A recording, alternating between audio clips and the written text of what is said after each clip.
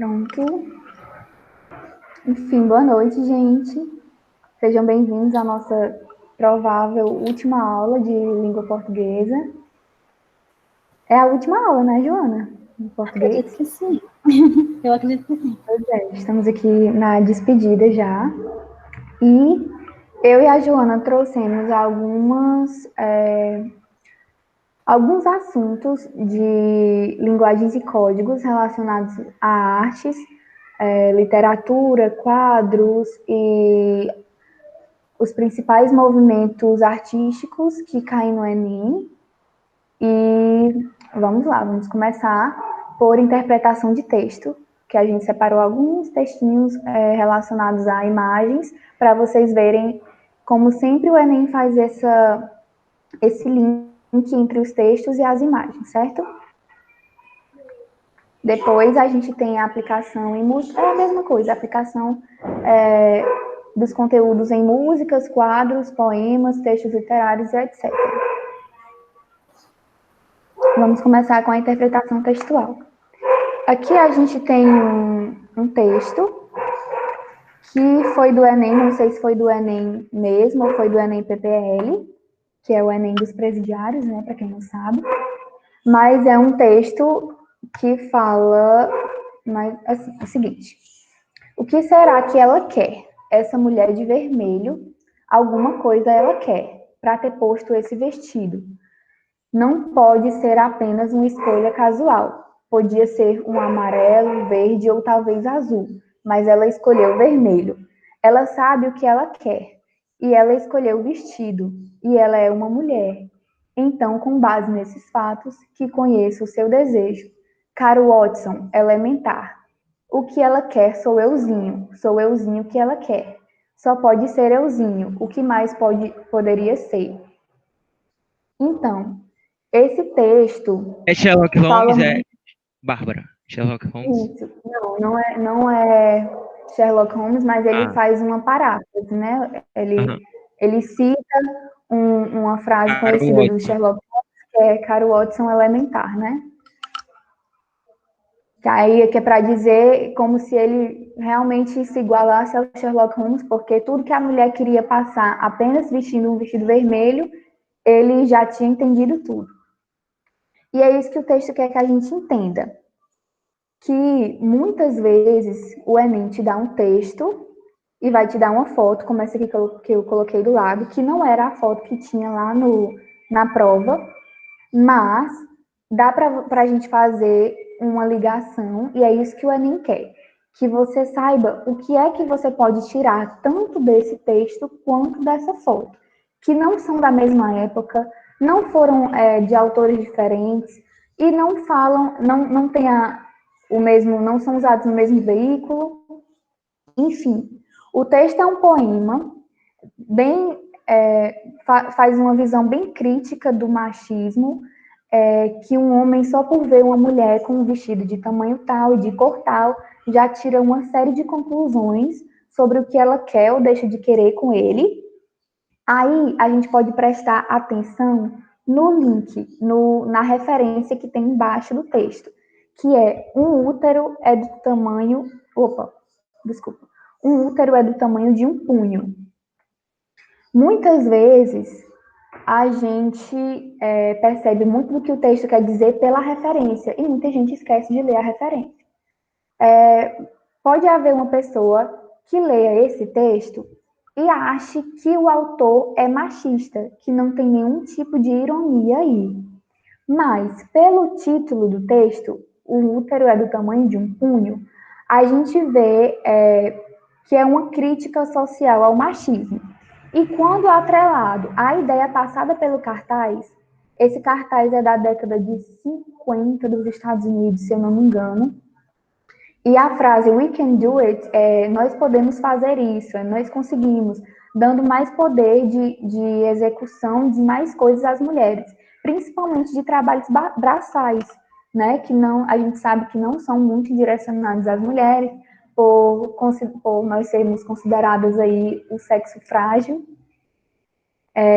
Então é isso. Se você pegar e fazer um link do que está querendo dizer no texto com o que está querendo dizer na imagem, você percebe que o Enem sempre vai te dar essa ideia de que não é preciso só você fazer uma interpretação textual de palavras, mas também de imagens e relacionar um texto com uma imagem, certo?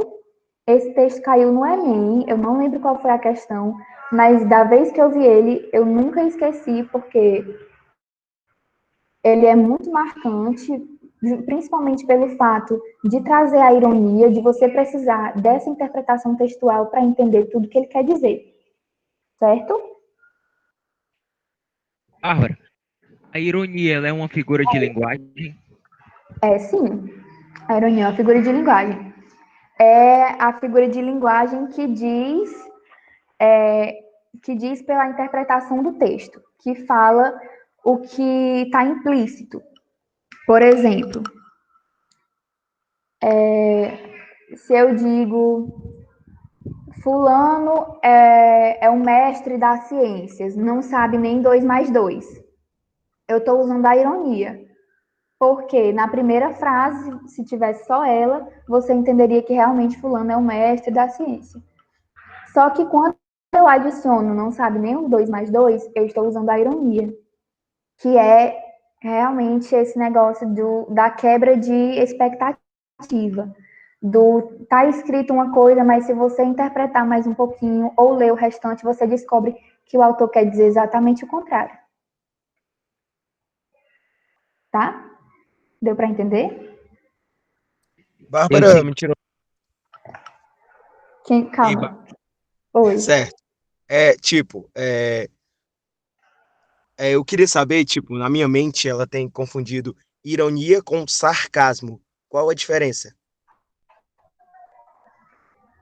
Assim, eu não sei se a Joana pode me ajudar nisso aí, mas eu não vejo muita diferença entre a ironia e o sarcasmo. A ironia é a figura de linguagem, é o que eu acabei de explicar. A ironia é a figura de linguagem que o que está dito não é realmente o que se quer dizer.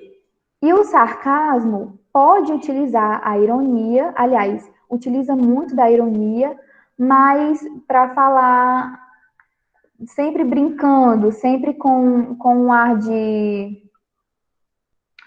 Como é? Ai, não Deixa eu sei. tentar explicar aqui um pouquinho. Tenta explicar para mim, Joana. Pronto. Basicamente, o que a Bárbara estava falando, eu sei que ela está tentando falar isso. A ironia e o sarcasmo, eles são ali quase irmãos gêmeos. Eles são o Júlio e o Josué. Certo? Eles têm praticamente o mesmo objetivo, que é a quebra de expectativa também, mas no sarcasmo eu tenho uma pitada mais daquele humor que a gente chama de humor negro, entendeu? No sarcasmo é que eu vou conseguir fazer uma brincadeira pesada, por exemplo. E na ironia, por exemplo, se eu falo assim, é bonita, viu? Parece um estrupício. Certo? Eu estou tentando fazer ali uma ironia, no caso, percebam que eu fui um pouco mais peculiar na minha ironia, e isso se torna um sarcasmo, entendeu? É basicamente isso. Que o sarcasmo, ele é o irmão do mal, mais ou menos.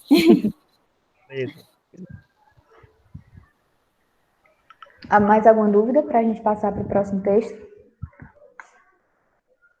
Vamos lá.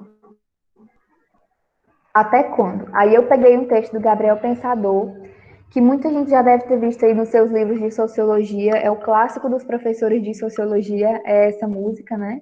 Aí eu peguei só uma partezinha para a gente analisar. Não adianta olhar para o céu com muita fé e pouca luta. Levanta aí que você tem muito protesto para fazer e muita greve você pode, você deve, pode crer. Não adianta olhar para o chão, virar a cara para não ver. Se liga aí que te botaram numa cruz. Só porque Jesus sofreu, não quer dizer que você tenha que sofrer.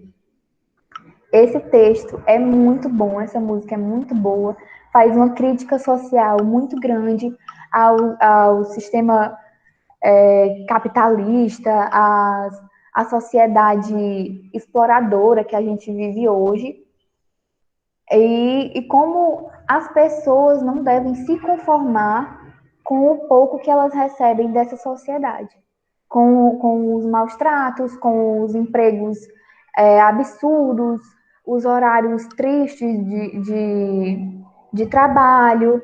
É exaustivo, o sistema é exaustivo de vida numa sociedade atual.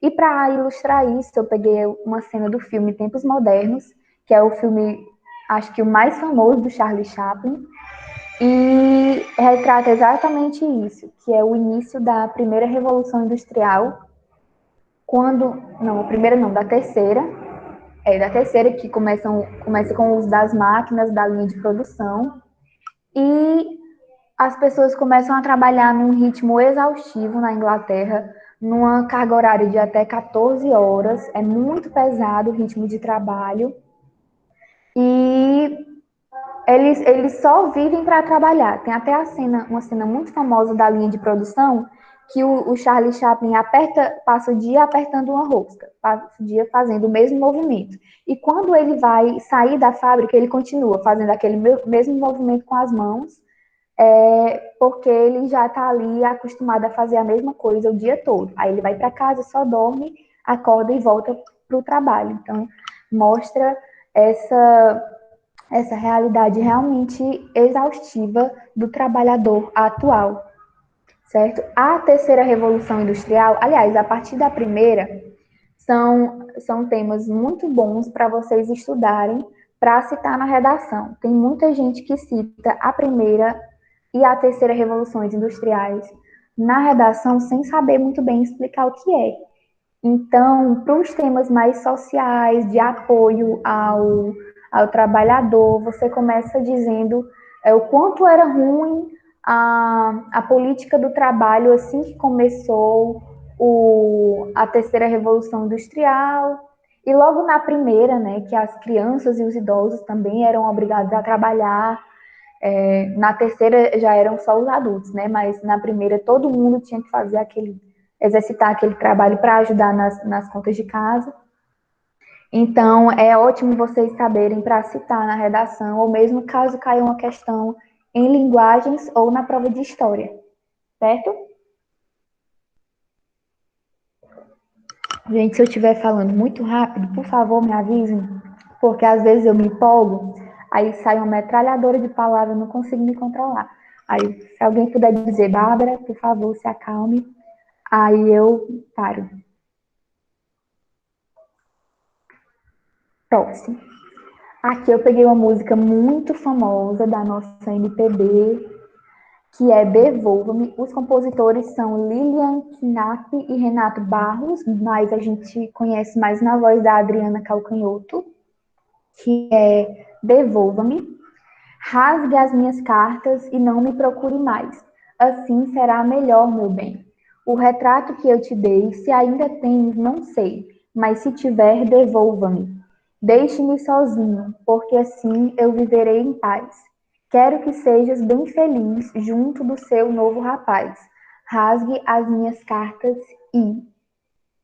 Essa música é muito famosa e é para a gente ver que não vão cair só músicas extremamente desconhecidas, não é nem músicas que você não conhece, que você nunca ouviu falar. É uma coisa muito difícil de interpretar com palavras horríveis. Essa música é bem simples e ela pode gerar uma interpretação muito grande. Todo um tema de solidão, de término, de abandono, de problemas psicológicos e apego a objetos no lugar de apego a pessoas, no caso aí das cartas. Então, se a gente puder fazer uma reflexão, sempre que você puder pegar um texto e ver ele muito além das palavras, é aí que você vai conseguir fazer a interpretação. Pensa no que o autor quis dizer, qual é a parte do texto que pode ser associada à imagem que eles colocaram para você associar, quem é o autor, qual o seu estilo de escrita, ficar sempre atento à referência, como eu já falei, né? Que às vezes traz coisas nas referências que a gente não vê ao longo do texto, a gente não percebe, certo? Aí eu coloquei esse quadro Automate, do Edward Hopper, que foi um pintor conhecido aí da década de 20, por retratar a solidão. Então, você poderia perceber o quanto a solidão está empregada tanto no texto quanto na foto, e o quanto ela é importante para você entender o estado assim, de espírito dos eu líricos, tanto da pessoa que está falando, do eu lírico da canção, como do pintor, que demonstrou todo um sentimento de solidão nessa pintura, certo? Que eu acho que nós acabamos as interpretações e associações, agora vamos para a literatura, tá? Eu fiz um resuminho de Renascimento, até porque, vou confessar para vocês, fazia muito tempo que eu não estudava, então eu coloquei esse resuminho para a gente ver as características gerais. Caso vocês se interessem em continuar estudando sobre o tema, tem muita coisa no YouTube, muita coisa nos sites, tem sites muito bons falando sobre Renascimento, tá?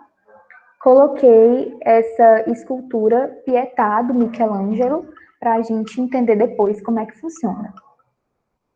A primeira característica do Renascimento é a razão, a capacidade de pensar e, assim, aproximar-se a Deus. A gente tem uma noção de que a razão, a inteligência, o pensamento estão sempre de lados opostos à religião, porque hoje em dia a gente tem essa coisa de quem acredita na ciência não acredita em Deus. E o Renascimento quis provar exatamente o contrário. Nessa época, as pessoas acreditavam que, essa época, no caso, é a Idade Média, tá, gente?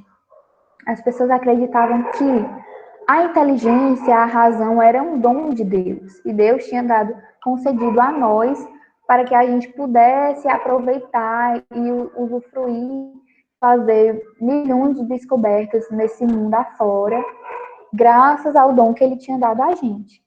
Então, no Renascimento, a gente vai ver muitas esculturas e muitas pinturas ligadas à religião, à aproximação do humano ao divino, certo? O humanismo é também outra característica do Renascimento e fala muito da reprodução dos traços e formas humanas, naturalismo.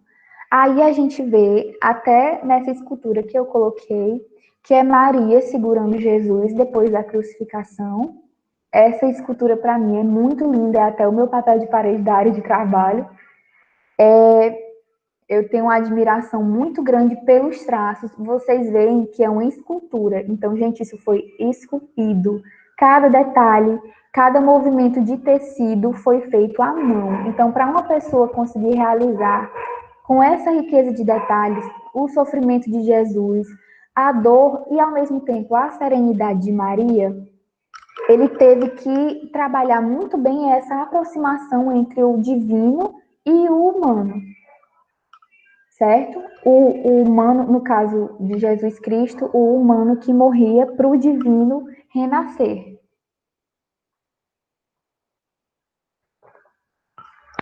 Aí também nós temos o antropocentrismo. Aí, na Idade Média, a gente tinha as teorias, né? O heliocentrismo e também o antropocentrismo, que quer dizer o homem no centro do universo, o homem no centro de tudo. Justamente por causa do humanismo, o antropocentrismo ganhou muito destaque no Renascimento por tratar das formas humanas nos quadros. A gente vê que nesses quadros mais antigos eram majoritariamente, aliás, era grande maioria mesmo, 90% dos quadros retratavam figuras humanas. Não como a gente vê hoje, que tem um jarro de planta, uma cesta de frutas, mas era muito, muito retratada a figura humana nas esculturas e nos quadros, tá? E, por último, o cientificismo, que tem muito a ver com o negócio da razão, de acreditar que a ciência é um dom divino, a inteligência, a razão, o pensamento são dons divinos e que eles têm que ser tratados como tal. Aí a gente tem grandes cientistas da época que o pessoal de exatas com certeza vai conhecer, Nicolau Copérnico, Galileu Galilei, o Kepler, o Bacon, Andreas Vesalius, que eu não tinha ouvido falar, então não sei como é que fala o nome, o René Descartes, o Leonardo da Vinci e o Isaac Newton, que são grandes figuras que a gente conhece até hoje, a gente estuda nas ciências exatas, na física, na química, e são pessoas exatamente desse período, que tiveram todos os seus estudos dedicados ao cientificismo durante o Renascimento, tá?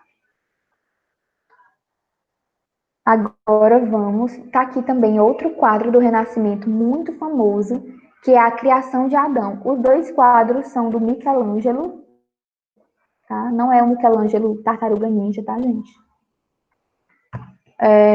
Falar nisso, as quatro, para quem não sabe, né, que eu acho muito difícil, as quatro Tartarugas Ninja têm nome de pintores famosos, Leonardo da Vinci, Michelangelo, Rafael, não sei o quê. Bárbara, Oi, amor. eu não sei se tu chegou a ver, mas teve uma postagem no Instagram um dia desses que eles postaram que essa pintura aí teve que ser refeita porque o dedo de Deus estava encostando no de Adão.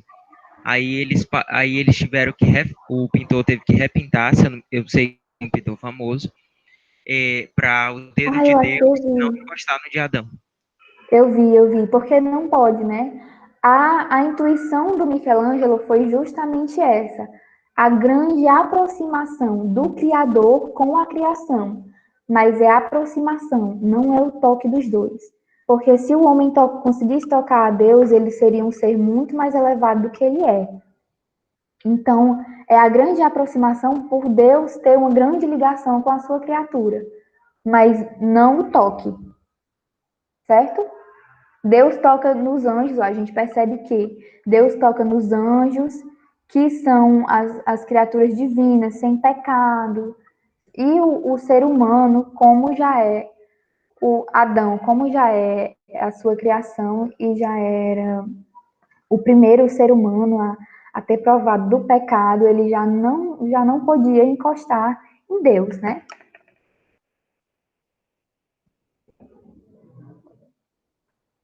Próximo. Agora vamos começar as vanguardas europeias. As vanguardas são movimentos. Aliás, vou começar de outro jeito. Vocês sabem que as vanguardas caem muito no Enem, porque elas foram importantes tanto na Europa, que foi onde surgiram, quanto no Brasil, que sofreu uma influência gigantesca delas depois que elas começaram a se espalhar aí pelo mundo.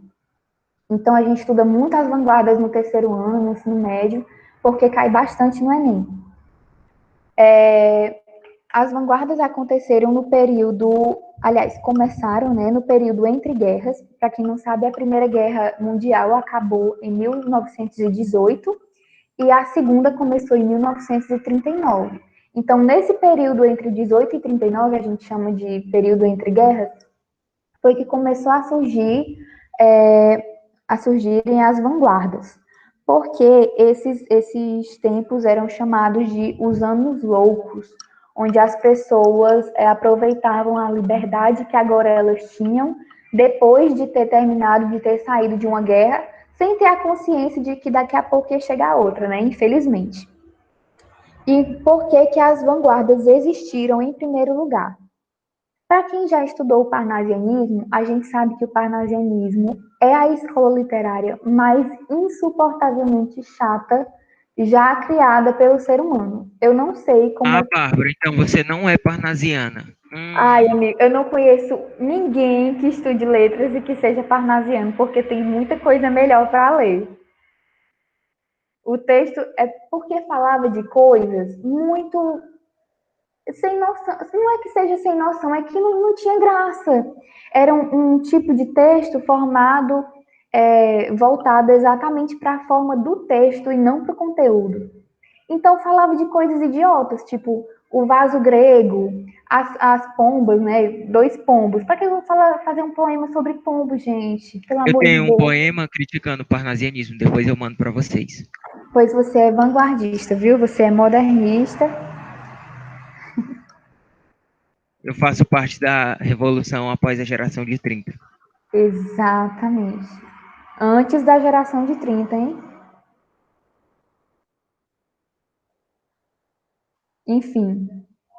Aí, perdi aqui o que é que eu estava falando. Sim, a gente sabe que vanguardas quer dizer exatamente o que foi o Júlio que falou, né? Vanguardas quer dizer exatamente revolução. Então, para se livrar dessa forma horrível do parnasianismo, de ter que fazer a métrica, separar sílaba por sílaba, dizer quantas sílabas tem em cada verso, quantos versos, se tem a rima tal, A, B, C, A, B, C, B, A, não sei o quê. Gente, estava todo mundo cansado disso, ninguém aguentava mais, era muito trabalho, e as pessoas queriam uma arte livre, elas queriam poder fazer o que desse na telha delas e poder chamar de arte da mesma forma. Então, nesses anos loucos, eles começaram um movimento de vanguardas, que quer dizer revolução. E aí a gente pegou algumas para falar aqui. A primeira é o surrealismo, e eu coloquei esses dois aí para vocês, para quem assistiu já o filme A Culpa é das Estrelas, poder ter aquele link na cabeça e não esquecer mais. No filme A Culpa é das Estrelas, a Hazel mostra a blusa dela, né? Que diz, eu não sei francês, então eu vou falar em português mesmo para não passar essa vergonha, né, gente? Isso não é um cachimbo. E a mãe dela fica sem entender, porque, obviamente, é um cachimbo. Só que para o surrealismo, tudo tem uma interpretação. Tudo é algo a mais do que apenas um desenho sem sentido. Então, o René Magritte, que é o pintor aí desse quadro, Isso Não É um Cachimbo, ele quis dizer que isso não é um cachimbo, é a representação, é a foto, é a pintura de um cachimbo. No caso da Hazel, é uma camiseta com um cachimbo desenhado. Então, o surrealismo tem muito disso. Nada é apenas uma foto. Não é uma foto que não faz sentido.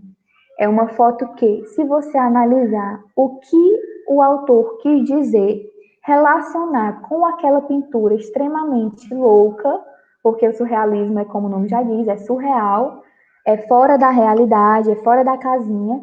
Se você relacionar, você vai conseguir entender, mesmo que de uma maneira muito distante, e terminando chamando o autor de doido, você vai conseguir entender a mensagem que ele quis passar, certo? Para quem não conhece o Salvador Dalí, eu devia ter colocado mais imagens do surrealismo, desculpa, gente.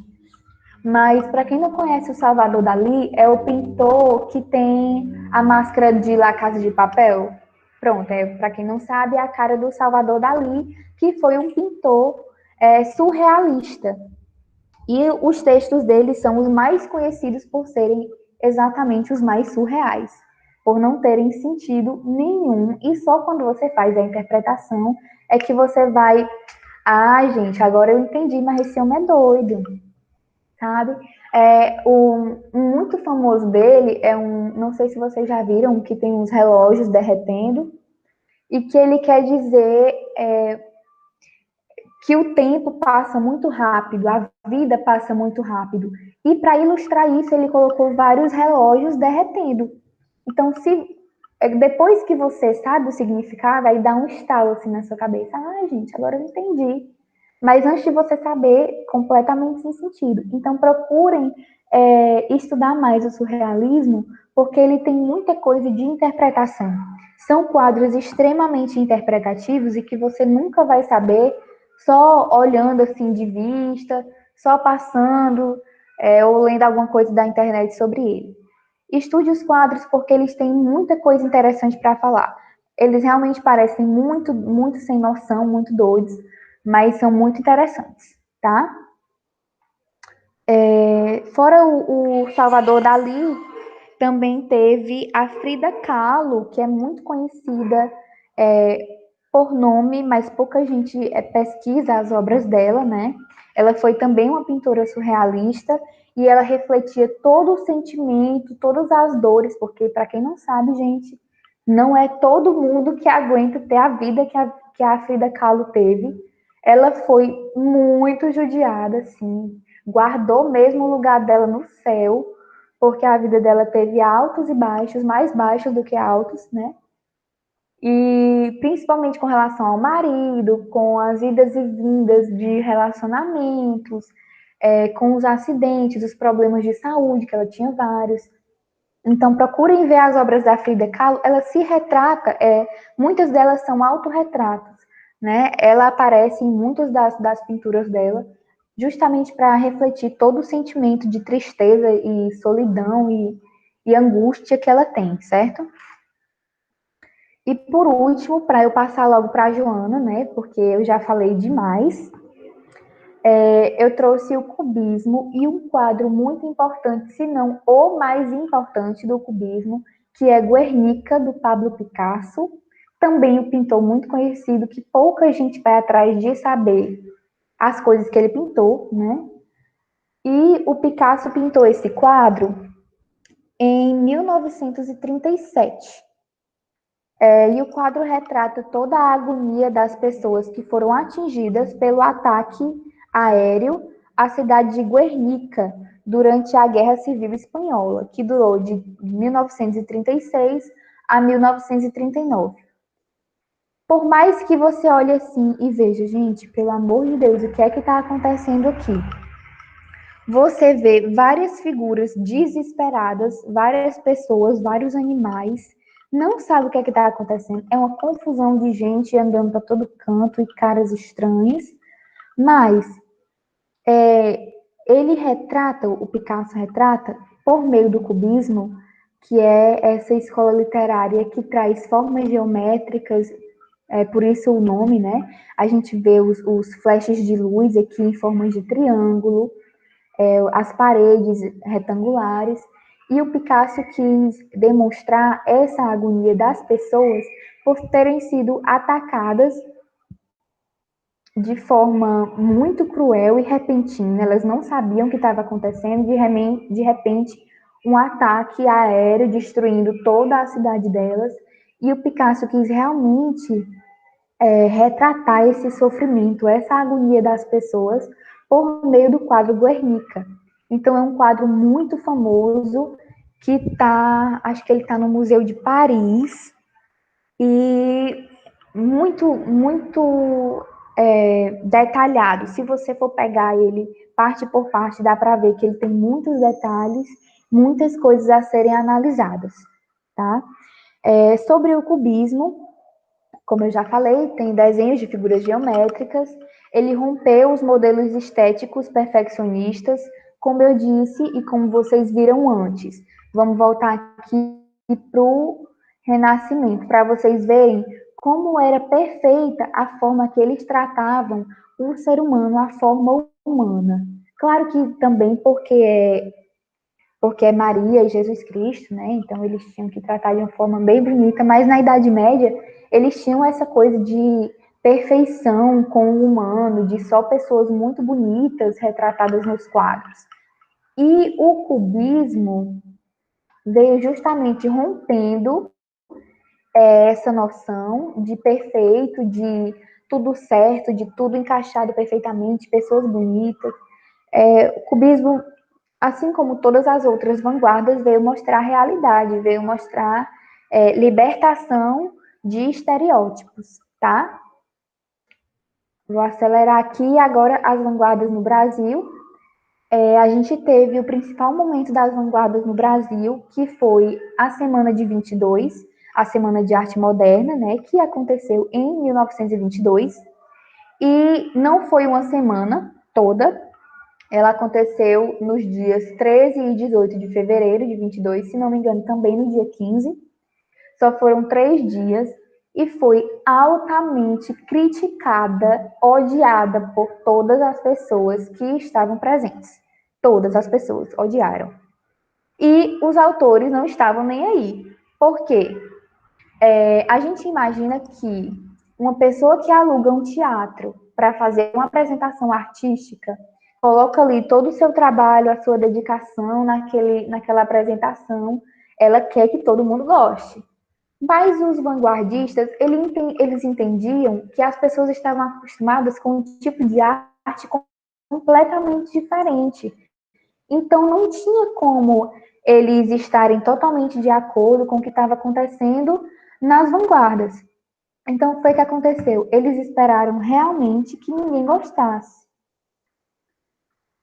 Que ninguém gostasse e realmente ninguém gostou. Foi uma surra de... Opa, gente, só um segundo.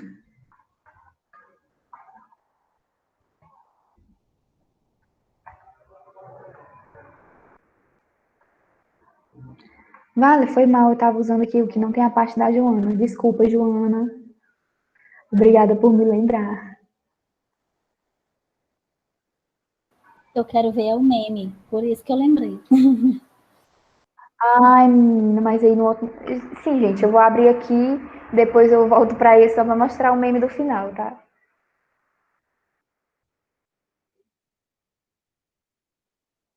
Ui. Pronto, vou parar aqui de apresentar.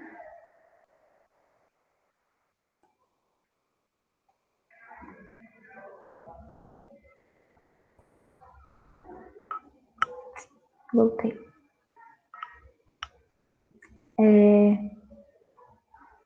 Agora eu vou apresentar de novo.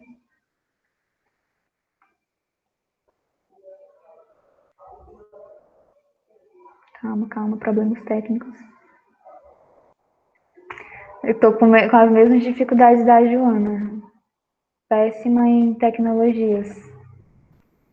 Tá A triste. tecnologia trabalha contra o meu sucesso. Aí eu Mas fico vai aqui continuando a passando. tua aula. Os meus são só imagens. Pode continuar. Qualquer coisa, eu mesma coisa aqui. Não, tá aqui, achei já. Show? Vamos colocar logo pra não te prejudicar aí. Pra não ter que ficar abrindo. Gente, eu tô falando demais, tô, né? Minha garganta tá seca, deve ser porque eu tô falando demais. Eu gosto. Eu tô com muito sono. Raramente eu me empolgo assim.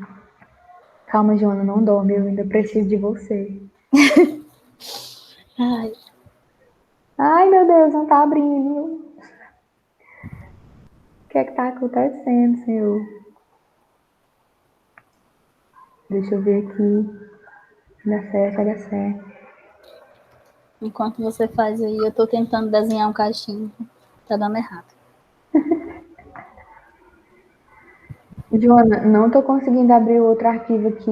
Não sei o que está acontecendo. Por favor, quando tu for apresentar, quando for tua parte, tu apresenta, por favor. Com certeza. Eu tô tentando abrir aqui pelo material no WhatsApp. Desculpa aí, eu não consegui mesmo. Deu algum problema aqui, um tilt no sistema do meu negócio aqui. Câmera. Enfim, voltamos.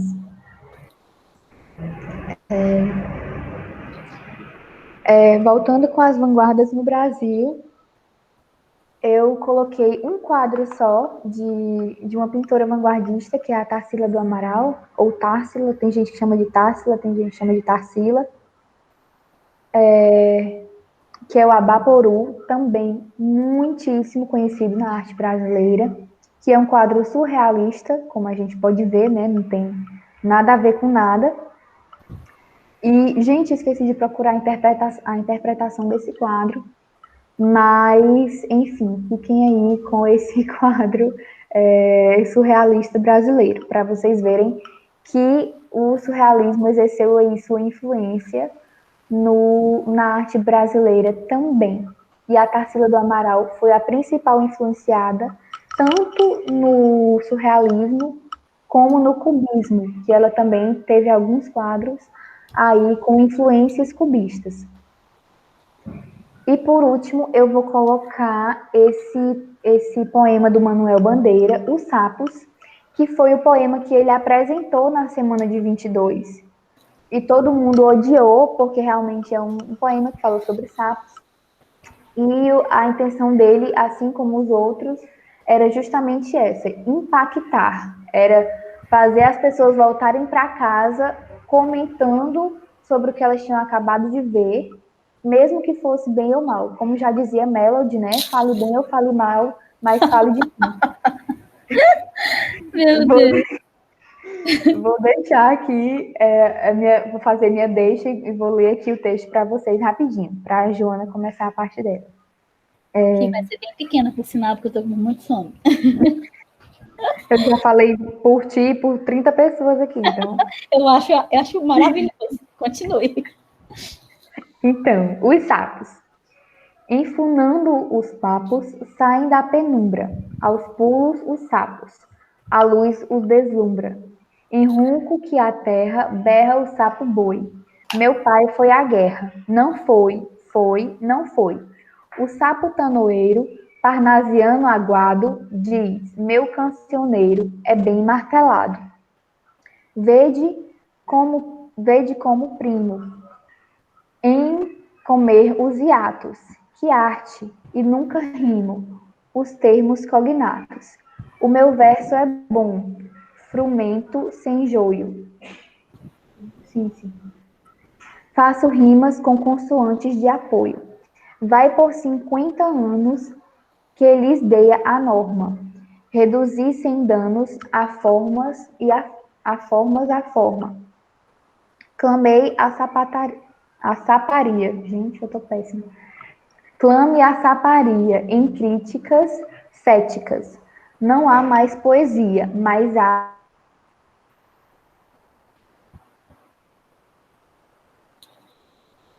Tá bom? interpretação para fazer análise desse texto. Esse texto usa uma ironia muito implícita para acabar com o parnasianismo. Na terceira estrofe, a gente tem o sapo tanoeiro parnasiano aguado, diz meu cancioneiro é bem martelado. Aí ele compara um parnasiano a um sapo, e esse sapo se gaba de ter um texto muito martelado, com rima e métrica, né? Martelada é a métricazinha toda feita direitinho. E já ele fala assim: não, o meu verso é bom. Frumento sem joio, faço rimas com consoantes de apoio. Ou seja, e também na última estrofe ele diz: em críticas céticas não há mais poesia, mas há artes poéticas. Ele faz uma crítica ao parnasianismo, dizendo que o parnasianismo era poesia, mas não era arte poética.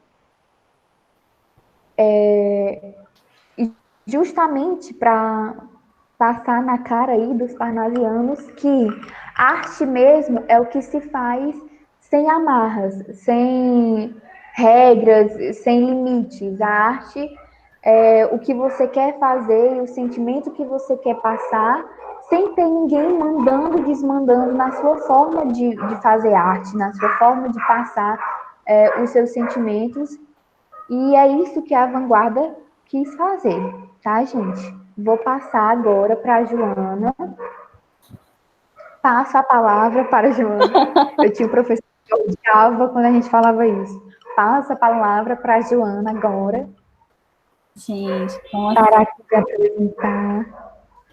eu vou falar bem pouquinho, mas é bem pouquinho mesmo. Só para completar aqui as informações que a Bárbara já deu, certo? Vou tentar apresentar para vocês. A tia não sabe mexer, já falei.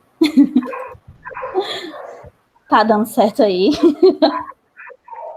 Apresentou. Sim. Ai, gente, que maravilha. Então, vou voltar, tentar achar aqui, porque eu não sei mais onde é que tá. Foi aqui, né? Acho que pronto. Voltei. Vamos lá, gente. Em relação às vanguardas, a Bárbara já citou as mais importantes, mas também aqui uma que vem sempre nas questões do Enem. É assim, impossível vocês que estão no ensino médio, ou que já acabaram o médio, não ter visto esse quadro nunca na vida. Esse quadro, o bem, esqueceram de mim, né? Vamos lá. Esse quadro que eu estou apresentando agora para vocês, eu vou tentar colocar aqui. Gente, dá para ver assim mesmo? Também. Se eu ficar com a tela pequena, dá? Para mim tá dando. Show. Vamos lá, gente, galera. O expressionismo foi uma das vanguardas europeias que veio aí com a questão de interpretar a realidade a partir da angústia, das crises interiores da pessoa, no caso aqui do artista, que é o Edvard Munch. Se eu estiver errado aí na pronúncia, tu fala, viu, Bárbara? Certo? E a questão da distorção da realidade de forma intensa, tudo que for exagerado em relação aos sentimentos, sabe? O expressionismo, ele veio aí como se... Vou tentar trazer ele aqui um pouco para o presente, no caso. Seria aquela pessoa que grita por tudo, aquela pessoa que, como é que eu posso dizer? Altamente exagerada nas coisas que vai fazer. Vê uma barata e já sai gritando, ai meu Deus, eu vou morrer. É basicamente isso, mas vem aí na forma do expressionismo. Como a Bárbara tinha dito lá no começo, as vanguardas, elas surgiram aí com esse propósito de romper aqui a perfeição, de se afastar de tudo que era real. Tendo aí, ao contrário daquela imagem que a gente viu lá no começo, que a Bárbara mostrou, que é de Maria e Jesus, se vocês percebem aqui a perfeição desta imagem, a questão humana, tudo muito bonitinho, as vanguardas vieram aí para romper todo esse negócio em relação aí à pintura, às poesias, no caso do texto escrito, para acabar com a escansão, a famosa escansão que quem estuda letras talvez odeia, uns amam, outros odeiam, nunca você tá no meio, ou você ama ou você odeia a questão da métrica, e foi basicamente isso. Nesse quadro aqui, a gente pode ver a pessoa gritando, né? E atrás, não tem como a gente saber se é um mar, se é uma montanha, se é um céu, se é uma rua, porque está tudo distorcido. Aqui, no caso deste quadro, uma das possíveis interpretações desse quadro aqui, dessas coisas distorcidas, seria a crise que a pessoa tem interior. Como é que essa pessoa enxerga o mundo quando ela está em crise, quando ela está sofrendo por alguma coisa. É basicamente isso. Vamos lá. Cadê o próximo? Eu vou falar só um pouquinho rapidinho, só para poder completar o que a Bárbara falou em relação ao cubismo, que é muito fácil você matar uma questão sobre o cubismo nos vestibulares em si, por conta de uma palavrinha só, chamada fragmentação, certo? Que é o cubismo que ele veio na fragmentação da realidade. A Bárbara falou sobre a questão de usar as formas geométricas, mas por quê? Eu estava pesquisando hoje mais cedo e eu achei isso interessante, que eu nem lembrava, em relação à quebra da perspectiva tradicional do campo de visão humano. A gente vê tudo de frente, por exemplo, certo? Aí, no caso, as formas geométricas trazem para a gente a possibilidade de ver de diversos campos. No caso, aí seria mais ou menos o que hoje a gente poderia ver como 3D, no caso. Vou tentar passar aqui. E a mais estranha de todas, que eu acho, que é o dadaísmo. Que aí o dadaísmo, ele é basicamente o nosso deboche de hoje em dia. Certo? Ele vem aí ele rompe toda a questão da arte, a arte como aquela coisa bonita, aquele quadro maravilhoso, aquela perfeição. Aí você vem aí com uma arte dadaísta, que é chamada aí a fonte, né? Basicamente, isso aí é um mictório, né? Os meninos conhecem bem aí a questão do banheiro masculino. Joana, mas o que é essa arte aí? Nem me pergunte qual é o sentido dessa arte, porque realmente vem aí só para provocar mesmo o que era chamado de arte, o que era considerado arte naquela época. É uma questão de uma arte metalinguística, sabe? Ela é uma bagunça voltada para a própria arte, no caso. Joana, a charge, ela se encaixa como uma figura de linguagem ou também entra como arte? Ou é os dois? A charge? Isso, a charge. A charge é um tipo de texto, né?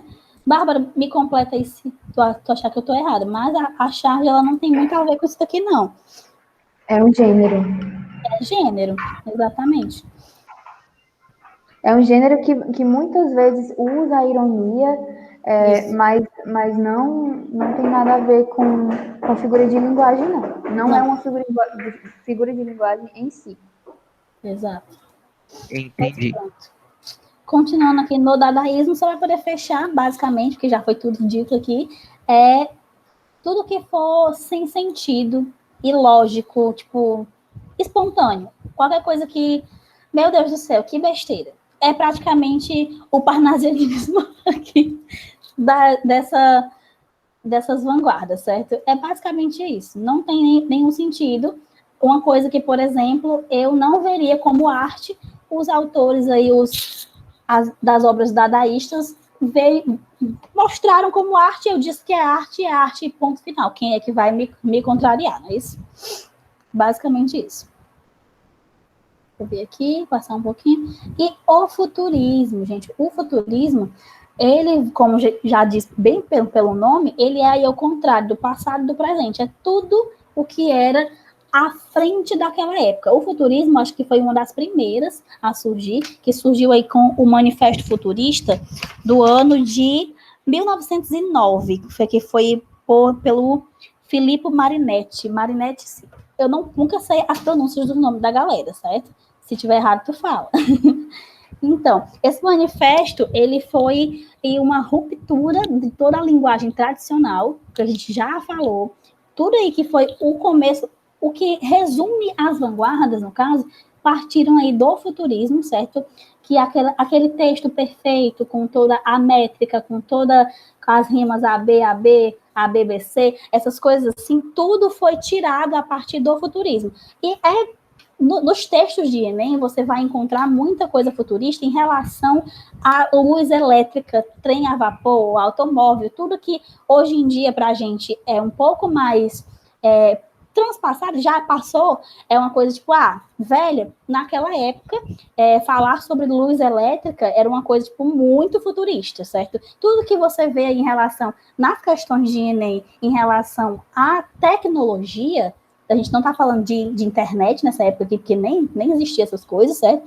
A gente não está falando de Wi-Fi, de nada do tipo, de celular. A gente está falando sobre coisas básicas mesmo, que no caso, que naquela época era uma coisa futurista. No caso, a maioria aí sobre os automóveis também. Aquele automóvel assim que anda a 40 km por hora. Naquela época era uma coisa assim, meu Deus do céu, sabe? Então, essa pintura aqui, eu acabei por esquecer de colocar o nome dela, mas fala aqui sobre a velocidade de um automóvel. Joana, mas cadê nesta imagem aqui o automóvel? Procurem. Quem achar, eu dou um bombom. Eu acho que a interpretação é justamente essa. O automóvel é tão rápido que ninguém consegue ver. Pronto, é basicamente isso, e não ao mesmo tempo. Percebam aí que nesta imagem a gente está vendo como se fosse redemoinhos de vento, alguma coisa do tipo, não é isso? Aqui ele não está retratando o automóvel em si, ele está retratando a velocidade do automóvel. Em momento algum, mostra para mim que nessa imagem tem que ter um automóvel. Aqui ele tá mostrando sobre a velocidade dele. Então, aqui, o futurismo, ele veio meio que para ser à frente do tempo mesmo, para mostrar para a gente que coisas que você não saberia representar, por exemplo. Tem também uma imagem que eu acabei por não colocar aqui, que é sobre a velocidade dos passos aí de um cachorro. Você vê lá o cachorrinho bonitinho e as pernas dele basicamente nesses mesmos formatos aí de redemoinho, que é basicamente isso. Ali ele não está falando que o cachorro é rápido, ele está demonstrando a velocidade dele na pintura. Como é que é possível? Uma coisa é eu chegar e falar que o carro é rápido, isso e aquilo. Naquela época, retratar a velocidade de algo em uma obra era uma coisa muito à frente do tempo. A gente estava acostumado a ver coisas mais reais. Era tratado, por exemplo, assim, eu vejo aqui uma caneta, eu vou pintar esta caneta. Eu estou ali apenas colocando para o meu papel a realidade. E o futurismo aí, com todas as vanguardas, ele veio para retratar coisas à frente, nem nada do passado, nem nada do presente. Basicamente isso. Bárbara? Oi, acabamos. Acabamos. Gente, eu separei só dois exercíciozinhos aí.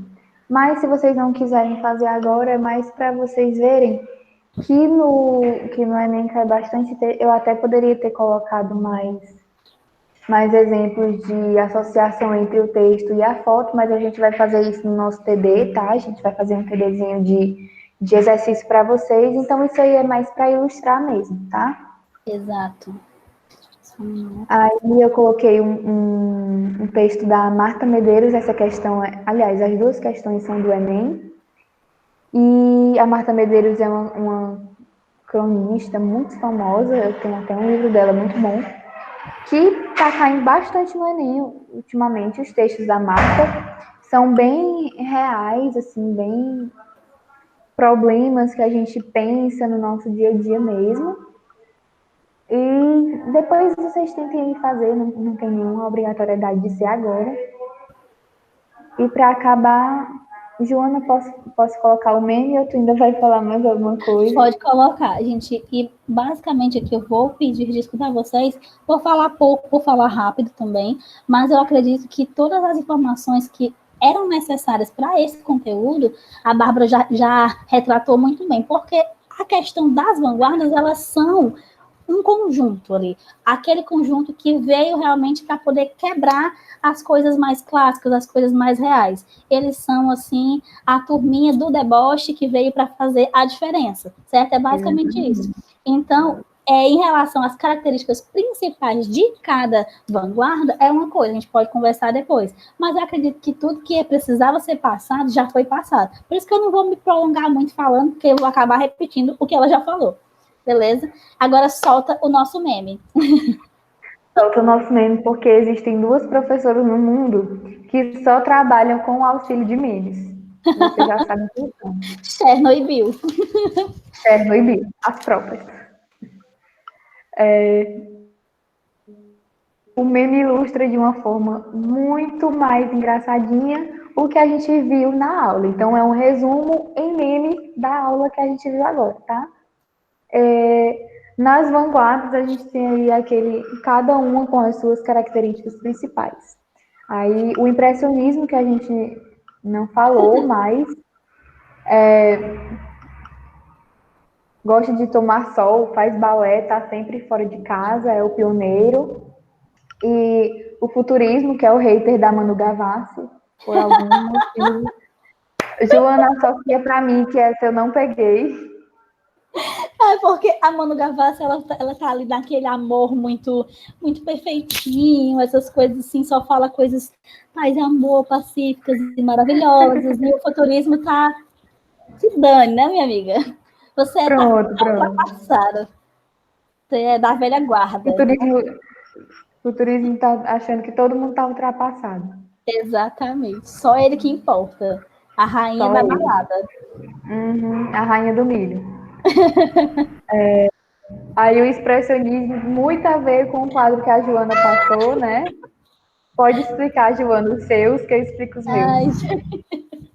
Ai, gente, essa questão aqui dele precisa se tratar. Como eu tinha falado naquela hora, a questão da pessoa ver o mundo completamente distorcido, né, por conta de um problema seu. Às vezes você acha que o mundo está ali colapsando e é o seu mundo só. Você vê tudo muito, muito ruim, como se fosse só você que está passando por aquilo. Aí vamos lá. Só ele, tangerina, cores vivas, ele não. Ai, meu Deus. Ai, Bill, você tem cada uma. Tá vendo? É só ele, a questão aí do egocentrismo também. As cores fortes, né? No caso, as cores vivas, e aí o sofrimento dele. Ele não tá vivo, tá sofrendo demais. Ele tá na bad ali. É o depressivo das vanguardas, é o emo. Depressivo do rolê. Uhum. Meu Deus. Gente, eu sou ceguinha. Só o dadaísmo. Aí tem o cubismo ali, o teu, né? Deixa eu ver, o dadaísmo. Anarquista revolucionário, não faz sentido, gosta de vaso, mas não gosta de planta. É aquele questão de aquela pessoa que realmente não tem nada a ver, só fala água E não faz nenhum sentido as coisas que ele fala. É basicamente o que eu tinha dito também lá. E esse vaso aqui que acompanha tudo para sempre. Não faz nenhum sentido. A figura do dadaísmo é esse vaso, né? Exatamente. É a representação perfeita aí. Pode ter inúmeras obras, mas vai ser essa sempre aí. Porque acho que ninguém entendeu até hoje o conceito desse vaso. Não tinha. Falando em não ter conceito, vamos aí para o cubismo, que é o contrário, né, gente? O cubismo tem o seu conceito, tem o seu norte, o que é que ele quer passar. Aí quer ver o lado de todo mundo, é o fragmentado, sem perspectiva e indecifrável. Que é justamente a coisa que a Joana falou das perspectivas, de cada olho dele tá olhando para um lado, um negócio que um olho tá na testa, o outro tá na bochecha. Várias visões da mesma cena, a visão da pessoa que está embaixo, da pessoa que está em cima, do cavalo, no caso do Guernica, né, que é o quadro que está aí no exemplinho. O cavalo, o boi, a pessoa, o homem, a mulher, cada um com a sua visão da cena. E o surrealismo, que é o Freud explica, o excêntrico, sonhei com você. Sonhei com você realmente é ótimo, porque o surrealismo é bem o estilo dos nossos sonhos, não faz sentido nenhum. Tá aqui um cavalo andando com os negócios nas costas, aí cada cavalo tem um pecado nas costas, o cavalo tem uma cara assim meio de demônio e tem um cara com a cruz na mão assim apontando pro cavalo. Exatamente. É sonho, é bem coisa de sonho mesmo, e tem medo de inseto. E a questão aí do Freud explica é porque o surrealismo, eles têm ali a base dele na psicanálise, que é a teoria cultivada aí por Freud. Isso mesmo. Show de bola.